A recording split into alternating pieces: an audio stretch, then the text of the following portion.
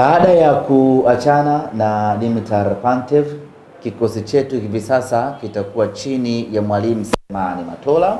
Yeye ndiye ambaye ataongoza jahazi letu kwa mechi mbili ambazo ziko usoni mwetu hivi sasa. Mechi ya tarehe 4 dhidi ya Mbeya City na mechi ya tarehe 7 dhidi ya Azam FC. Tangu kikosi kimerejea kutoka Mali, tukaingia kambini, tumekuwa na program za maandalizi kuelekea mchezo wetu, na hii leo tarehe 3 tunafanya tena mazoezi ya mwisho chini ya Mwalimu Selemani Matola kuelekea katika mchezo wetu dhidi ya Mbeya City.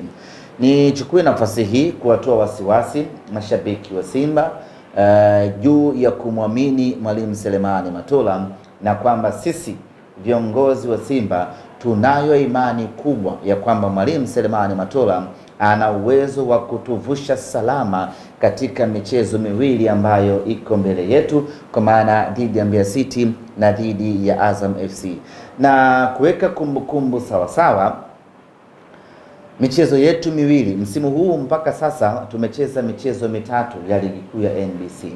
Katika hiyo michezo mitatu, michezo miwili imesimamiwa na kuongozwa na Mwalimu Selemani Matola, na katika hiyo michezo miwili ambayo Mwalimu Matola ametuongoza, yote miwili tumepata ushindi. Dhidi ya Fountain Gate, dhidi ya Namungo, tena ushindi mnono wa magoli matatu kila mechi. Kwa hiyo hatuna wasiwasi, hatuna mashaka na wala hatuna pressure yoyote kuelekea michezo yetu miwili dhidi ya Mbeya City, dhidi ya Azam. Tuna imani kubwa ya 100% Mwalimu Selemani Matola atatuvusha salama katika michezo hiyo na tutapata ushindi bila wasiwasi wa aina yoyote ile.